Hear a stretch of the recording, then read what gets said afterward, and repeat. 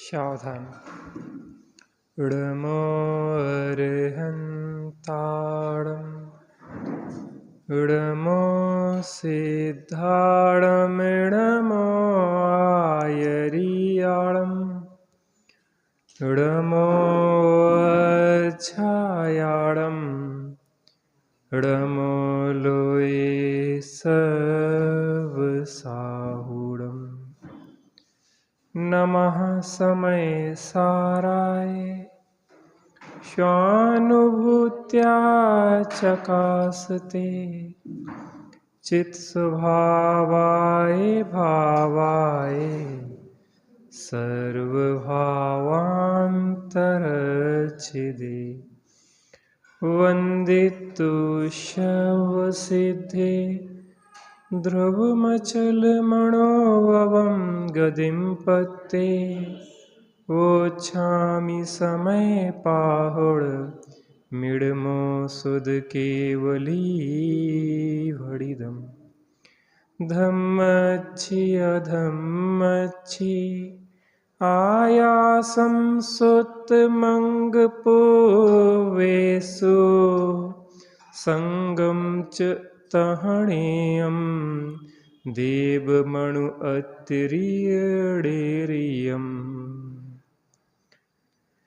पृष्ठ क्रमांक 413। अतिरिक्त गाथा की टीका के आधार पर अपनी चर्चा यहाँ पे चल रही है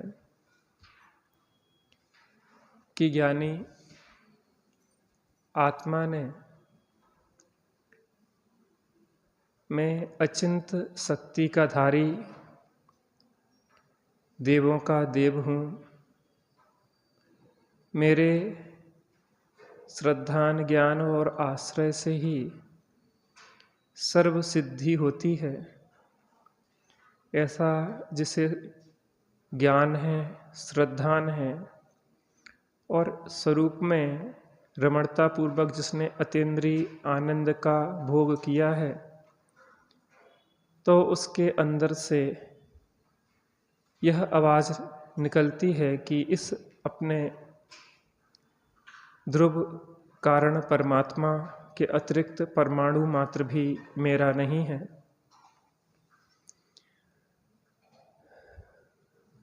वो उसमें ही सदा रतिवंत होता है, उसमें ही उसकी प्रीति होती है, उसमें ही उसकी संतुष्टि होती है। अन्य कहीं भी वह निगाह उठा के अपने पन रूप में देखता नहीं है। यही आचार्य देव उसी बात का विस्तार कर रहे हैं कि ज्ञानी को धर्म का परिग्रह नहीं होता, अधर्म का परिग्रह नहीं होता, और अन्य द्रव्यों में देखें पुद्गल का परिग्रह नहीं होता, धर्म द्रव्य का परिग्रह नहीं होता, अधर्म द्रव्य का परिग्रह नहीं होता, आकाश द्रव्य का परिग्रह नहीं होता और काल द्रव्य का भी परिग्रह नहीं होता। अंग पूर्वगत श्रुत ज्ञान जो क्षयोपशम ज्ञान है, उस क्षयोपशमिक ज्ञान में भी उसे परिग्रह उसका भी नहीं होता, उसकी भी वांछा नहीं होती, क्योंकि वह अपने को सहज ज्ञान स्वरूप अनुभव करता है। नीचे जो टीका है 413 पेज पे, उस पे चर्चा कर रहे हैं। उसकी तीसरी पंक्ति में है, बाह्य तथा अभ्यंतर परिग्रह का ज्ञानी अनिच्छुक होता है। जिसने आत्मा को आत्मा का परिग्रह जाना है, पर द्रव्य का परिग्रह उसे अपना भासित नहीं होता।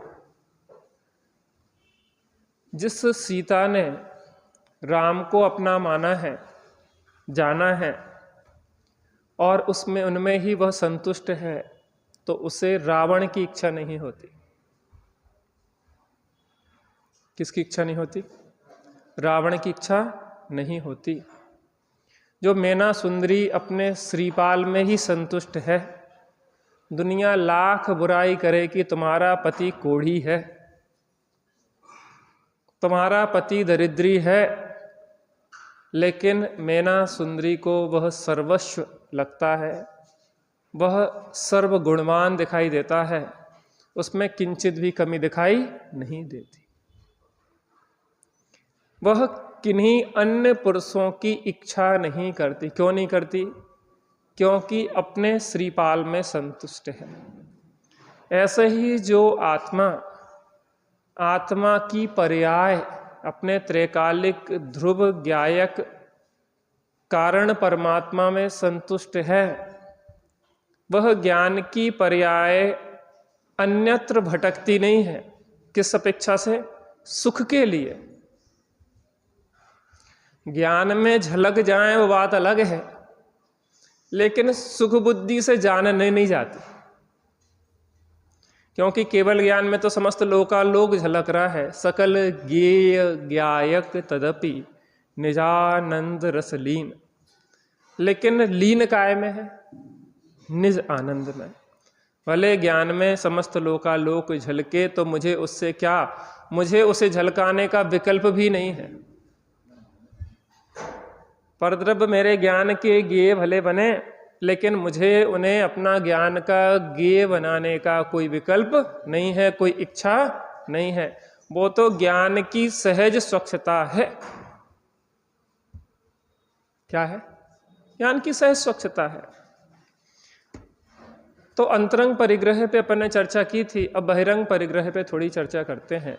बहिरंग परिग्रह की आकांक्षा ज्ञानी को क्यों नहीं होती? तो बहिरंग परिग्रह 10 प्रकार का होता है। सोना, चांदी, बर्तन, वस्त्र, नौकर चाकर, गाड़ी घोड़ा, जमीन जायदाद आदि जो भी बाहर की वस्तुएं आपके पास दिखाई देती हैं, उन बाहरी वस्तुओं की चाह ज्ञानी को नहीं होती। वस्तुओं का होना अलग बात है और उसकी चाह होना अलग बात है। ऐसा समझें। हाँ, सुख बुद्धि टूट गई। सीता भले रावण के यहाँ पे रहे, लंका में रहे, लेकिन रावण के वैभव की चाह, रावण के महलों की चाह, रावण के प्रेम की चाह, वहां की अनुकूलता की चाह सीता को है कि नहीं है?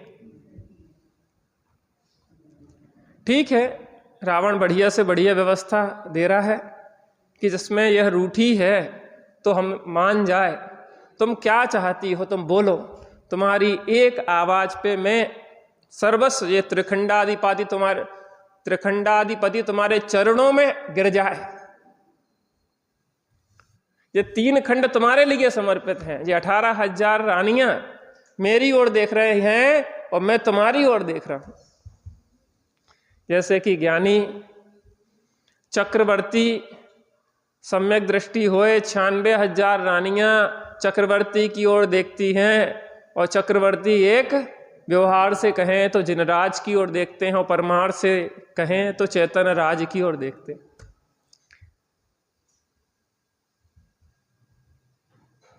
सीता कहती है कि मुझे तुम्हारे परिग्रह की चाह नहीं है, तुम्हारी चाह नहीं है। तो रावण कहता है कि मुझ में क्या कमी है, मेरे पास क्या कमी है? 3 खंड की सब सुविधाएं मेरे पास है। ये सब जितनी दासी दास हैं तुम्हारी सेवा में अर्पित हैं। तुम मुझ में बताओ क्या कमी है? तो उन्होंने कहा कि बस तुम में एक कमी है कि तुम राम नहीं हो। क्या कमी है? तुम राम नहीं हो। ऐसे ही ज्ञानी से अगर परिग्रह कहे कि तुम्हें हमारी आकांक्षा क्यों नहीं होती है, अगर परिग्रह ज्ञानी से कहे, चेतन अचेतन परिग्रह होता ना, तो स्त्री पुत्र कुटुंब के लोग कहें, भरत जी से उनकी रानियां, उनके सेवक जन कहें कि तुम्हें हमारी चाह क्यों नहीं है? क्यों नहीं है? क्योंकि तुम हमारे भगवान आत्मा राम नहीं हो। क्यों? क्योंकि हमें तो अपने भगवान आत्मा राम में ही हम संतुष्ट हैं, उसी में रतिवंत हैं, उसी में प्रीतिवंत हैं। हमारा भगवान आत्मा ही हमें सर्वस्व दिखाई देता है। देखो एक कला है। अब से भैया रात में हमारे पास बैठे थे तो चर्चा करते कि कला है, ये भी अनुभव की एक कला है। एक बार जिसको कला आ जाए, एक बार कला आ जाए, एक क्षण के लिए, सेकंड का भी 1000वां भाग मात्र के लिए भी एक आपको आत्मा की अनुभूति हो जाए, तो फिर कहीं भी आपको रस नहीं आ सकता, आ ही नहीं सकता। क्यों नहीं आ सकता? क्योंकि जो चैतन्य का स्वाद है, जो निराकुलता रूप स्वाद है, अन्न में उस जाति का स्वाद ही नहीं है।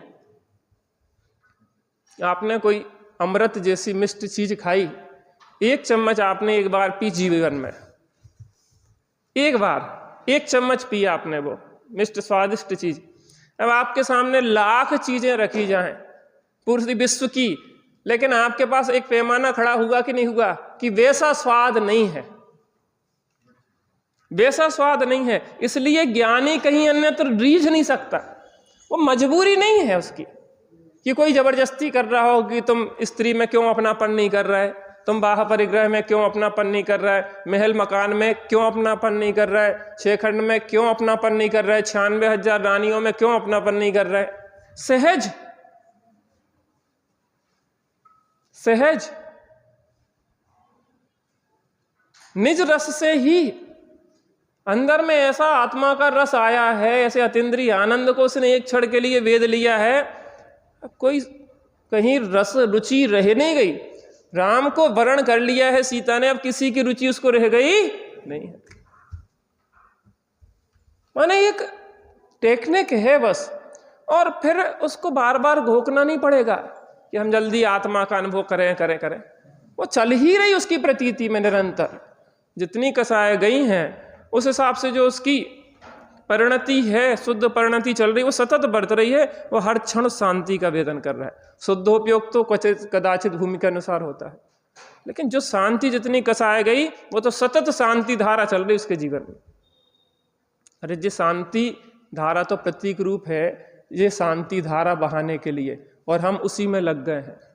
व्यवहार परमार्थ के लिए है। यह शांति धारा हो अखंड, वहां धारा ना टूटे तो यहां धारा नहीं टूटे। सम्यक दृष्टि की धारा शांति की कभी टूटती नहीं है।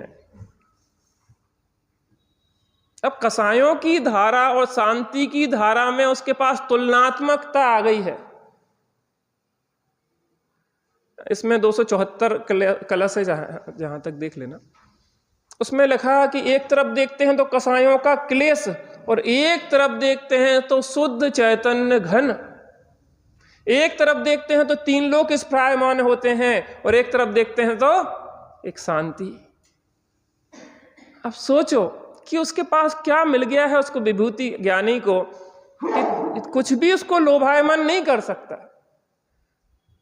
आचार्य देव टू दी पॉइंट यहां ये कह रहे हैं कि आत्मा को आत्मा की संपत्ति मिल गई है, अब बाहर में रीझता नहीं है। ये तो खुलासा कर रहा है एक एक करके, किसकी भी इच्छा नहीं होती, उसकी भी इच्छा नहीं होती। नहीं, उसको 3 लोक में किसी की भी इच्छा नहीं होती।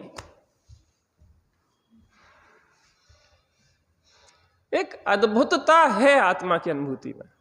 एक रस जगना चाहिए, एक रस जगना चाहिए। हम भगवान के पास आते हैं तो भगवान को देख के एक रस जगना चाहिए कि ये आखिर देखते क्यों नहीं है नजर उठा के। इतनी भीड़ आई है, लाखों करोड़ों लोग इनकी ओर देख रहे हैं, फिर भी ये नजर उठा के क्यों नहीं देख रहे हैं आखिर। शांतिनाथ, कुंथनाथ, अरनाथ, 6 खंड और 96,000 रानियां, 9 निधि और 14 रत्न की ओर आंख उठा के क्यों नहीं देख रहे। जो संसार विशेष सुख होता तीर्थंकर क्यों त्यागे। अगर इस बाह्य परिग्रह में सुख होता तो तीर्थंकर इसको नहीं छोड़ते। हमें बड़े पंडित साहब का एक वाक्य है, जब तक अपनी बुद्धि ना चले तब तक बुद्धिमानों की सुनो, उनके अनुसार चलो। हम क्या करें? जिनवाड़ी में देखो ना, ज्ञानियों ने लिखा ना, वीतरागी सर्वज्ञ परमात्मा ने लिखा है कि सुखी होने की यह विधि है। तुम अपनी बुद्धि से क्यों चल रहे हो आखिर? हमें लगता है परिग्रह संचय कर करके सुखी हो जाएंगे। लोग कहते हैं कि पैसा ना हो तो कोई नहीं पूछता। तुम पुछवाना क्यों चाह रहे हो? तुम्हें अपने खुद के ऊपर विश्वास नहीं है। कोई हमसे कहे कि भैया जी आप सही नहीं लग रहे, अच्छे नहीं लग रहे, सुंदर नहीं लग रहे, नहीं लग रहे, हमें क्या मतलब तुम्हारी हमें हाँ पता है ना कि हम कितने सुंदर हैं। इसका मतलब यह है कि तुम्हारी खुद की दृष्टि नहीं है, तुम्हारे खुद के चक्षु नहीं है, तुम दूसरों की आंखों से देख रहे हो, तुम अंधे हो। जिसको अपने आप पे विश्वास है वो दूसरों के हिसाब से अपना मूल्यांकन क्यों करेगा? आज जितने लोग मिलते हैं हम उस हिसाब से अपने को देखने लगते हैं। कोई कह रहा बहुत अच्छे हो, कोई कह रहा बहुत बुरे हो, कोई कह रहा ऐसे हो, कोई वैसे हो, कोई पैसा वाला, कोई करोड़, जो भी कह रहा है कह रहा। क्योंकि हमें अपनी खुद की नहीं है खबर। और जिस ज्ञानी को अपने संपत्ति की खबर हो जाती है, अनंत गुणों की जो संपत्ति है, अनंत धर्मों की जो संपत्ति है, अनंत शक्तियों की जो संपत्ति है, जैसे अंदर की खबर हो जाती है, उसे बाहर से कोई प्रभावित नहीं कर पाता। कोई बात नहीं, दरिद्रता भी हो, बाहर में कोई पूछ भी न रहा हो, निर्धनता हो, कर्म का तीव्र उदय चल रहा हो, शरीर में कोढ़ हो जाए,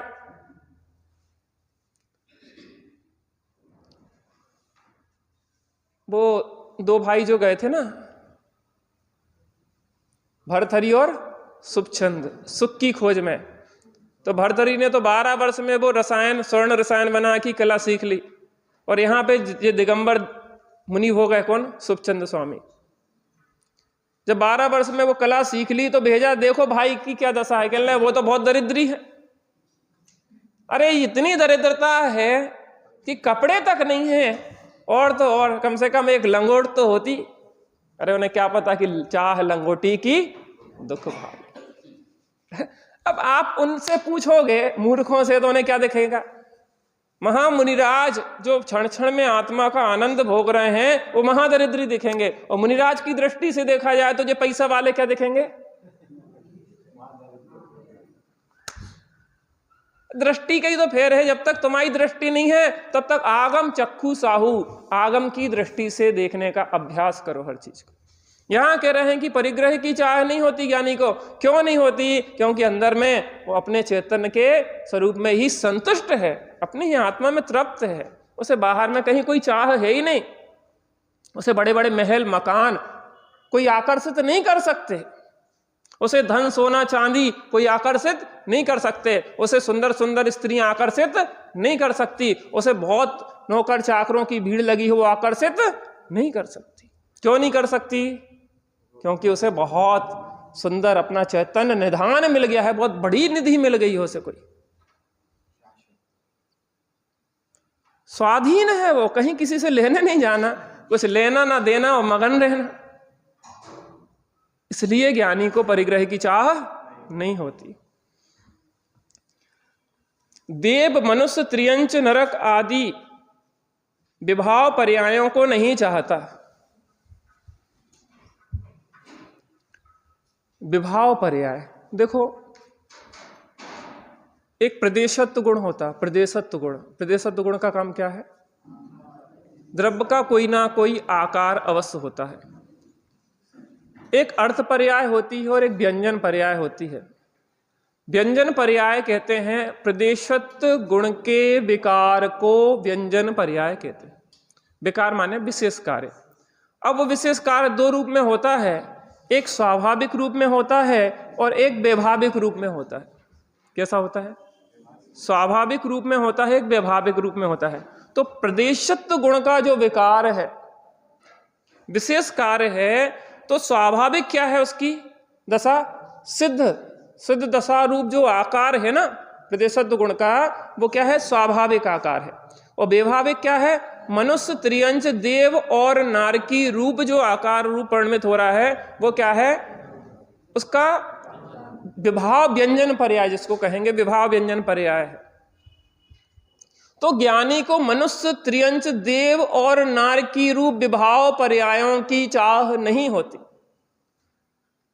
क्यों नहीं होती है? क्योंकि उसे अपने सिद्ध सदृश शुद्धात्मा का वेदन हो गया है। सिद्ध समान सदा पद मेरो। देखो, जो सिद्ध का आकार है कोई फिक्स थोड़ी ना है। वो क्या होता है, जब समस्त कर्मों का भाव होता है तो अंतिम शरीर से किंचित न्यून आकार रूप सिद्ध दशा में वो विराजमान हो जाते हैं।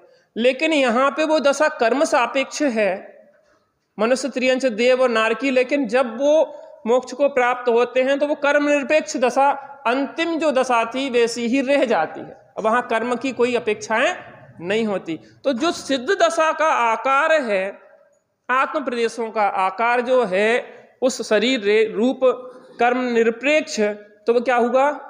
स्वभाव व्यंजन पर्याय। और मनुष्य, त्रियंच, देव और नारकी के जो क्या है? सापेक्ष, कर्म सापेक्ष है, तो क्या कहलाएंगे ये? विभाव व्यंजन पर्याय। अर्थ पर्याय का विचार करें तो अर्थ पर्याय में जो अन्य अनंत गुणों की पर्याय होती है, जो प्रदेशत्व गुण की पर्याय व्यंजन पर्याय कहलाई, प्रदेशत्व गुण का अर्थ पर्याय माने अन्य अनंत गुणों की जो पर्याय होती है, स्वाभाविक या व्यवहारिक, वह अर्थ पर्याय कहलाती है। अब वो स्वभाव अर्थ पर्याय और विभाव अर्थ पर्याय के भेद से दो होती। अब आत्मा के चारित्र गुण की तरफ से अगर देखा जाए तो मोह राग देश रूप जो परिणमन है वह क्या है? विभाव अर्थ पर्याय है। ज्ञान गुण की तरफ से देखा जाए तो केवल ज्ञान विभाव हो गई। मति ज्ञानादि अल्प विकसित हो वो क्या कहलाएगी? विभाव अर्थ पर्याय। और स्वभाव अर्थ पर्याय क्या कहलाएगी? केवल ज्ञान। और यहां पे अगर दर्शन गुण की तरफ से देखा जाए तो चक्षु दर्शन, अचक्षु दर्शन, अवधि दर्शन आदि जो हैं वह विभाव अर्थ पर्याय कहलाएगी, और केवल दर्शन क्या कहलाएगी? स्वभाव अर्थ पर्याय। तो ज्ञानी को इन मनुष्य, त्रियंच, देव, नारकी आदि विभाव पर्याय की आकांक्षा नहीं होती। व्यवहार में भी देखा जाए तो एक सिद्ध दशा की चाह होती है, निर्मल दशा प्रकट हो यह चाह होती है, लेकिन उस चाह की भी चाह नहीं होती। अंतर थोड़ा इसको समझने की बात है। चाह होना और चाह की चाह होना, क्योंकि चाह की चाह अनंतानंदी चाह है, और चाह होना अस्थिरता जन अप्रत्याख्याना व्रण आदि की चाह। वैसा स्पष्ट हुआ? हाँ, जो 413 पेज पे नीचे अंतिम 2 लाइन, आदि विभाव पर्यायों की को नहीं चाहता, इस प्रकार उन्हें ज्ञेय जानना चाहिए। किनको ज्ञेय जानना चाहिए? धर्म द्रव्य, अधर्म द्रव्य, आकाश द्रव्य, काल द्रव्य और अंग पूर्व के ज्ञान, अभ्यंतर बहिरंग परिग्रह, देव, मनुष्य, त्रियंच, नारक आदि विभाव पर्यायों को चाहता नहीं है। वो अगर होती हैं तो वो उन्हें ज्ञान का ज्ञेय मात्र जानता है कि अभी जे हमारी कमजोरी बसात हमारे जीवन में चल रही हैं, लेकिन हम इनको चाहते नहीं। ज्ञेय वो अपने को ज्ञायक जानता है ना, तो अपने से भिन्न सब क्या है उसके लिए? ज्ञेय है। इस कारण से ज्ञानी उस विषय में निष्परिग्रही होकर उस रूप प्रणमन ना करता हुआ, उस रूप प्रणमन ना करता हुआ माने देखो, निचली भूमिका में प्रणमन भी देखा जाता। करगस्ती के कार्य हैं, राग देश रूप प्रणमन है, क्रोधादि कषाय हैं। उस रूप प्रणमन ना करता हुआ माने श्रद्धान की अपेक्षा प्रणमन नहीं करना चाहता हुआ, ज्ञान की अपेक्षा प्रणमन ना करना चाहता हुआ भी चारित्र की अवस्था अस्थिरता बस प्रणमन करता हुआ दिखाई देने पर भी, अब सीता रावण के यहाँ रह रही है, लेकिन रावण के यहाँ रहना चाह रही कि नहीं चाह रही? लगभग 11 दिन तो उसने कुछ खाया ही नहीं, कि राम की सूचना नहीं आएगी तब तक हम अन्न का ग्रहण नहीं करें। उसके बाद जब हनुमान के द्वारा सूचना मिली तब उसने वहां का भोजन आदि किया होगा। इतने समय रही है तो जिंदा रहेगी, अपना जो शरीर है तो भोजन पानी से चलेगा, रहती भी होगी, कपड़े भी वहां के लिए होंगे और जो भी व्यवस्था होगी। जी देखना पड़ेगा, मुझे एकदम कंफर्म नहीं है। वैसे लोक में जो बात आती है 14 वर्ष का, मुझे ऐसा पढ़ने को नहीं मिला, लेकिन हाँ ये पता है कि जब वो जीत गए लंका और वहां पे विभीषण का राज्य तिलक करवा दिया तो लगभग उसके बाद 6 वर्ष और रहे थे। आतिथ्य सत्कार के रूप में विभीषण ने वहीं रोक लिया था। तो मतलब इतना सा है कि वो चाह नहीं थी सीता को, क्या वहां के भोजन की चाह थी, वहां के वस्त्रों की चाह थी, वहां पे स्थान की चाह थी, क्या वहां महलों की चाह थी? तो चाह नहीं है तो उसको क्या कहते हैं? उस रूप पणमन ना करता हुआ, पणमन करते हुए पणमन की चाह नहीं है, उसको चाहता नहीं है। दर्पण में बिंब की तरह ज्ञायक ही रहता है। जैसे दर्पण में कोई पदार्थ झलकता है और दर्पण को झलकाने की चाह नहीं होती, लेकिन सहज स्वच्छ स्वभाव के कारण वो पदार्थ झलकते देखे जाते हैं, ऐसे ही उसके ज्ञान में ज्ञानी के झलकता है कि जो परिग्रह है, स्त्री पुत्र कुटुंब है, ये सब परिणमन चल रहा है, लेकिन मैं तो मात्र ज्ञाता हूं। बिंब की तरह ज्ञायक ही। चलिए आगे बढ़ते हैं। अब अपनी गाथा 212 है, गाथा पढ़ चुके हैं अपन, मात्र इसका हिंदी पद्य अनुवाद उसी पेज पे नीचे है, उसको पढ़ लेते हैं।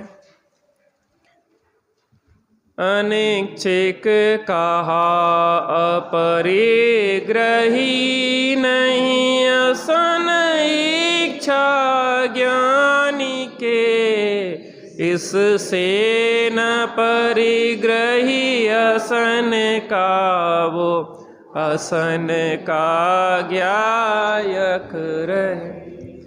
टीका गाथार्थ टीका बेसी की बेसी है, एक शब्द बढ़ गया है खाली, असन माने भोजन, तो उसको नहीं पढ़ेंगे अपन आगे बढ़ेंगे। खाली भावार्थ देखते हैं, पेज नंबर 414 है मेरे में, मिल गया आप लोगों को? भावार्थ, ज्ञानी के आहार की भी इच्छा नहीं होती, इसलिए ज्ञानी का आहार करना वह भी परिग्रह नहीं है। इतनी चीजें कहे आए तो इसके साथ एक चीज चूंकि विस्तार कर रहे हैं ना, तो आहार की भी इच्छा नहीं होती, आहार की भी इच्छा नहीं होती। तो प्रश्न खड़ा हो गया, योर ऑनर, क्या यहां प्रश्न होता है कि आहार तो मुनि भी करते हैं? क्या प्रश्न खड़ा हो गया? ऐसी बातें कर रहे हैं, आहार की इच्छा नहीं होती, हमने तो महाराज जी को आहार करते देखा है। उनके इच्छा है कि नहीं? इच्छा है या नहीं? इच्छा के बिना आहार कैसे किया जा सकता है? सही बताएं, अगर अपन क्रमिक रूप से समझने की दृष्टि से जिनागम का स्वाध्याय करें तो कहीं कोई स्वच्छंदता के लिए अवसर नहीं है। क्रमिक स्वाध्याय होना चाहिए। आचार्य देव हर जगह समझा रहे हैं, आचार्य कुंद देव सावधान कर रहे हैं, अमृतचंद स्वामी सावधान कर रहे हैं, और तो और जयसेन स्वामी और सावधान कर रहे हैं। और यहाँ देखो जयचंद जी छाबड़ा ने तो गजब का भावार्थ लिखा। स्वामी जी तो उनके गीत से गाते थे कि वास्तव में पंडित तो सांचे पंडित हैं, ऐसे होते हैं पंडित। क्या गजब रहस्य खोला है समय सार जी का, अद्भुत रहस्य खोला है। आप सोचो कि हम भी गृहस्थी में रह के जनवाणी की कैसी सेवा कर सकते हैं। दौलत राम जी हो, टोडरमल जी हो, घर गृहस्थी वाले होते हुए भी ज्यादा फैलने की आकांक्षा छोड़ देना चाहिए, ज्यादा फैलने की आकांक्षा छोड़ देना चाहिए। क्योंकि जितने पैसा वाले दिखाई दे रहे हैं हमें, तो वो और महादुखी दिखाई दे रहे हैं, और आत्महत्याएं मर रहे हैं और मार रहे हैं। कुछ नहीं रखा, बड़े बड़ी पोस्टों पे जो हैं, अभी हमारा भतीजा आया था ना, वो यूपीएससी की तैयारी कर रहे। इतने सारे हमारे मित्र हैं जो कलेक्टर बनने के बाद 6-6 महीने में छोड़ के आ गए नौकरी 6-6 महीने में। कह रहे मरना है, नरक है वो तो, साक्षात नरक है। इतने दबाव में ऊपर से नीचे तक दबाव रहता है। मुख्यमंत्री इनका पूरे ऊपर दबाए जा रहे हैं। इनके मामा है असिस्टेंट कलेक्टर हमारे भतीजे, तो वे कहते हैं कि वे रोज यही कहते कि हमें छोड़ने हैं नौकरी, छोड़ने हैं नौकरी। इतने परेशान, आप सोचो हम स्वर्ग में जी रहे, मोक्ष में जी रहे, एक प्रकार से इतने शांति से जी रहे, क्यों हम अपने बच्चों को दौड़ाएं, क्यों हम इस पागलपन की दौड़ में दौड़े भाई साहब। शांति से जन्माणी अपनी मिल गई है, बैठ जाओ एकांत में और शांति से स्वाध्याय करो और कराओ, और कुछ नहीं है, कुछ नहीं रखा। बाहर नजर उठा के देखने लायक नहीं है, चारों ओर आग लगी है भाई साहब। देखो अभी भूकंप आया और 7 सेकंड में साथ बता दे कि वो पूरी बहु मंजिला इमारत ऐसे ताश के पत्थरों की तरह बिखर गई और लोग दबे दबे चिल्ला रहे हैं। कब हमारे साथ ये घटना घट जाए, कब हमारे साथ एक घटना घट जाए। ऐसे एक सभा चल रही थी, अचानक भूकंप आ गया। यहां नहीं आ रहा, अभी आ भी सकता। ऐसी चल रही थी सभा, अचानक भूकंप आया तो लोगों में भगदड़ मच गई। कुछ लिफ्ट में घुसने लगे, ये लिफ्ट में ना जाओ और फंस जाओगे। अभी एक लिफ्ट का आया था वीडियो, भाई साहब ने भेजा था कि कभी कभी क्या होता है कि वो गेट खुल जाते हैं और लिफ्ट नहीं आती, लिफ्ट नहीं आती और गेट खुल जाते। तो एक बच्चा, लिफ्ट नहीं आई, वो गेट खुल गया और वो बच्चा आगे बढ़ गया बिना, आजकल तो मोबाइल लेके चलते हैं बच्चे, तो वो चलाते चलाते गया और नीचे गिरा और तत्काल वो शांत हो गया। जितनी सुविधाएं हैं उतनी परेशानियां हैं। तो नहीं कि सीढ़ियों से चलो तो सीढ़ियों में भीड़ हो गई, सब भागे दौड़े भागे दौड़े। अब कुछ सेकंड का तो भूकंप होता ही है, चलो सही सलामत थोड़ी दरार वगैरह आ गई, बाकी सब ठीक ठाक चल रहा था, तो लोग फिर से आके बैठ गए। जो लेकिन जो वहां पे स्वाध्याय ले रहे थे वो कहीं हिले भी नहीं, वो तो शांति से बैठे अपने ध्यान में। तो थोड़ी देर बाद जब उनका ध्यान खुला तो उन्होंने पूछा कि आप नहीं भागे? कहले मैं भी भागा और बहुत जल्दी में भागा। कहले हमें तो भागते नहीं देखे, हम तो सब भागे। कहले नहीं, मैं अंदर में भागा, तुम बाहर में भाग रहे थे, तुम भूकंप से भूकंप में भाग रहे थे। उन्होंने कहा यहां भूकंप था तो नीचे भूकंप नहीं था क्या? रोड भी फट जाती और आदमी उसमें धराशायी हो जाता है, कहां भागोगे तुम भूकंप के टाइम? सुरक्षा कहां करोगे? उन्होंने कहा कि मैं भी भागा, मैं उस अकंप चैतन्य की भूमि में भाग गया जहां कोई भूकंप का प्रवेश ही नहीं होता। बस मुझे ये चिंता थी कि अपने में प्रवेश के पहले ना आ जाए भूकंप। बस मैं अंदर में चला गया तो मैं निश्चिंत था कि अब शरीर पे आएगा जो भूकंप, छेद आए भेद आए, कोई ले जाए, अनरीति पड़ में जाए, क्योंकि परिग्रह मेरा नहीं। कितना निर्भर कर देते हैं आचार्य। भूकंप आए तो सुरक्षा का उपाय कोई पूछे आप बता देना अपनी उस। अच्छा हाँ बोल देंगे हम। अच्छा, इस बात में एक और चीज़ याद आई कि वहाँ पे स्वाध्याय भवन में बहुत दिन से लोग कह रहे हैं कि एक स्वाध्याय भवन में भी अपन रखें, तो आप लोगों का विचार है?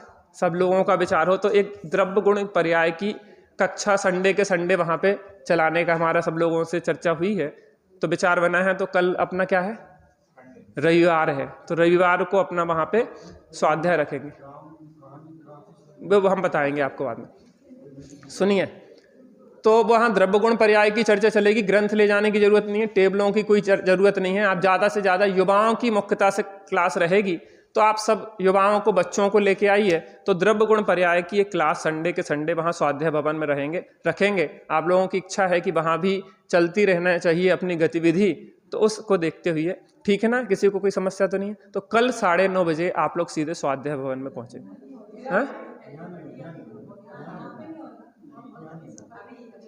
अभी सफाई नहीं है वहाँ पे? नहीं, हम ये कह रहे हैं इतनी सी जगह हो सकती कि बैठ जाएं अपन लोग।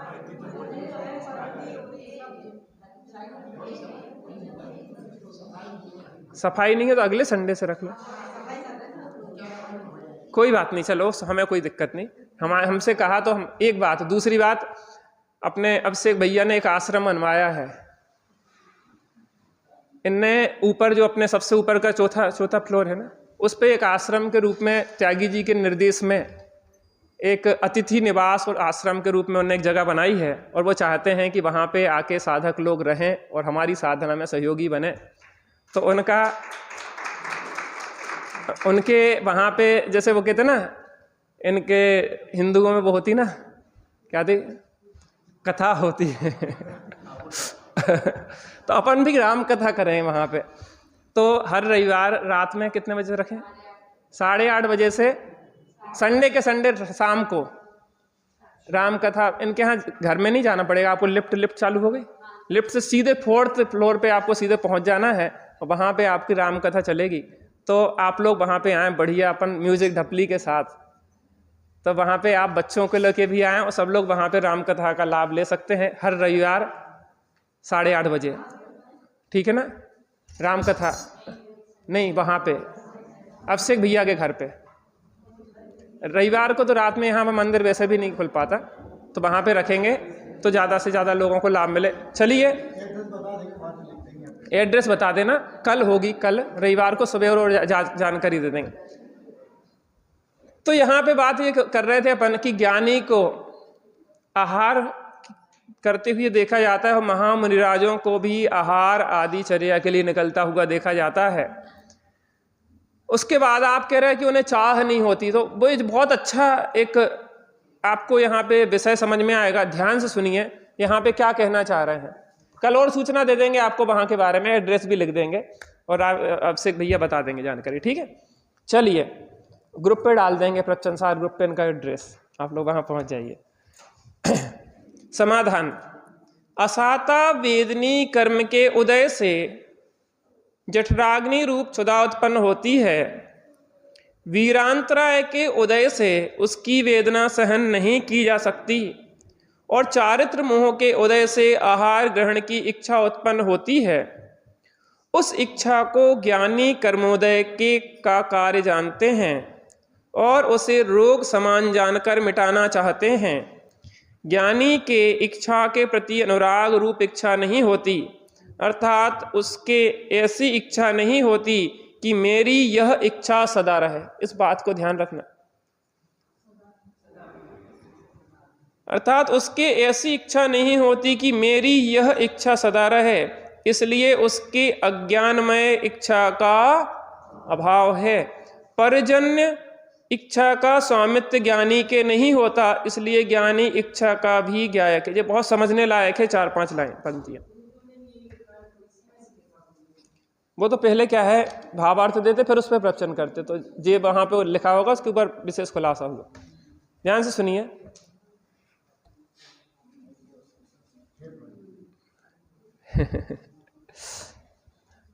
देखिए 8 कर्म होते, 8 कर्म होते। कितने कर्म होते?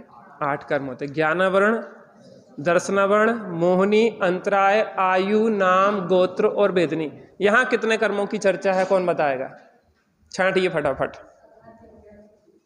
कितने कर्मों की चर्चा है? एक की बोली आपने, और बताइए। पहले वेदनी कर्म की, दूसरी अंतराय कर्म की, तीसरी मोहनी कर्म की। 3 कर्मों की चर्चा करी। अब इसको देखें, वेदनी में असाता वेदनी की चर्चा की, अंतराय में वीर अंतराय के क्षयोपशम की उदय की बात की, और इसमें मोहनी में चारित्र मोहनी की चर्चा की। अब प्रोसेस क्या होती है? आहार की जो मुनिराज की स्थिति बनती है, आहार करने के लिए जो निकलते हैं, उसमें इसका खुलासा यहाँ पे कर रहे हैं कि असाता वेदनी कर्म के उदय से जठराग्नि रूप क्षुधा उत्पन्न होती। देखो हमें जो भूख लगती है उसमें मूल में असाता वेदनी कर्म का उदय होता है। देखो एक प्रश्न आता है कि केवली के भी तो आहार होता है, केवली के भी आहार होता है। बिल्कुल होता है केवली के आहार, लेकिन कौन सा आहार होता है? नो कर्म आहार होता है, कबलाहार नहीं होता। जैसे हम ग्रास बना बना के हम लोग भोजन करते हैं, श्वेतांबर मत में वो कहते हैं कि कबलाहार होता है, लेकिन जनागम कहता है कि उन्हें नो कर्म आहार होता है, कबलाहार नहीं होता। देखो यहाँ पे असाता वेदनी कर्म के उदय से जठराग्नि रूप क्षुधा होती है। अब आपका एक प्रश्न हो सकता है कि उनके भी तो असाता वेदनी का उदय है, उत्तर किने पूछी? अच्छा है, यहाँ पे विद्वान लोग रहते तो हम कहीं चूक नहीं पाते। तो आप, एक प्रश्न हो सकता ना कि असाता वेदनी अघाती कर्म है तो साता साता का उदय भी है। मैं ये पूछूं कि एक समुद्र भर के अमृत हो और एक बूंद उसमें अगर जहर डाल दिया जाए तो वो जहरीला हो जाएगा कि नहीं हो जाएगा? किसने कहा हो जाएगा? कुछ भी नहीं होगा, होते हुए ये भी नहीं जैसा हो जाएगा। ऐसे ही उस असाता वेदनी का अत्यंत मंद उदय है, अत्यंत मंद उदय है, तो साता का इतना ढेर लगा है तो अत्यंत मंद असाता का उदय काम नहीं करता। दूसरा, वहां मोहनी नहीं है। इसलिए इस स्थितियों में वो अभी आगे बहुत अच्छी चर्चा होगी। वैसे कल यही द्रव्य गुण पर्याय की क्लास चला लें तो संडे के संडे हम चाहते नए लोग भी जुड़े। जैसे बहन जी की सैटरडे को क्लास चलती तो कितनी सारी बहुएं जुड़ती हैं, आप लोगों को भाव रहता तो एक दिन अपन संडे को कल यहाँ द्रव्य गुण पर्याय के विषय पे ही चर्चा कर लेंगे। आप सभी लोगों को लेके आए, नए लोगों को। चलिए बैठते हैं थोड़ी देर के लिए।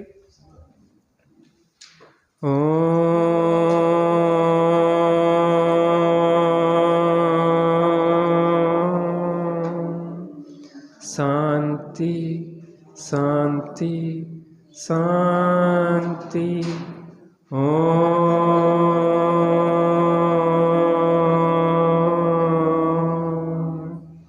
शांति शांति शांति।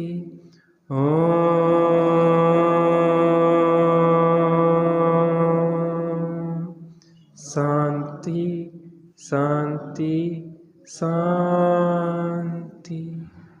ज्ञानी को परिग्रह की इच्छा नहीं होती। क्यों नहीं होती? क्योंकि वह आत्मा को ही आत्मा का परिग्रह जानता है, आत्मा में ही संतुष्ट है, आत्मा में ही रतिवंत है और आत्मा में ही प्रीतिवंत है, और आत्मा के आश्रय से ही अतीन्द्रिय आनंद का वेदन करता है। इसलिए किसी अन्य द्रव्य की उसे चाह नहीं होती। हम भी थोड़ी देर शांत होके उस आत्मा में ही तृप्त रहें, रतिवंत रहें और संतुष्ट रहें।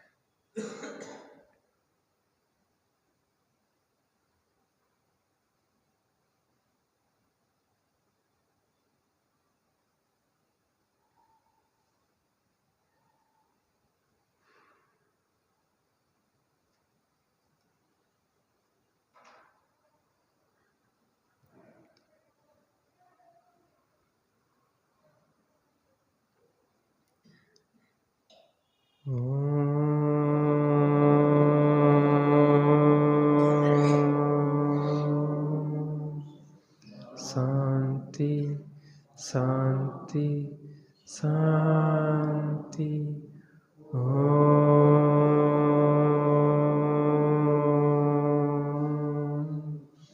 शांति शांति शांति।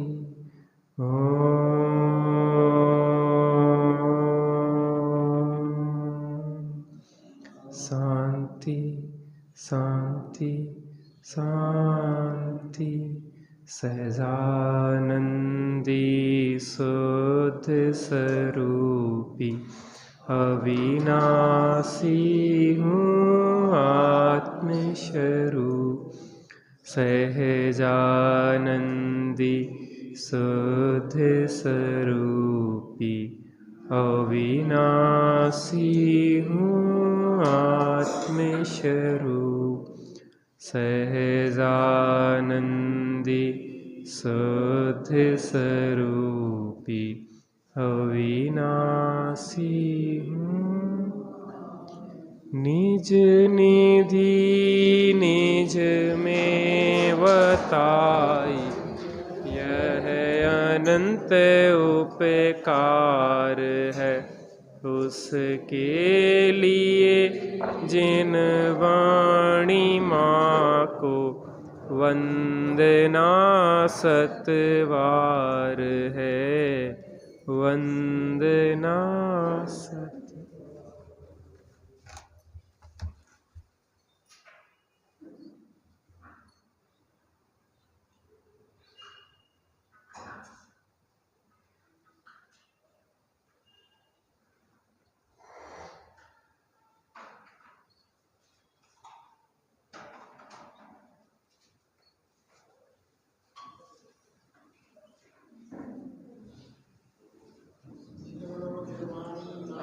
की जय हो, महाजैन धर्म की जय हो।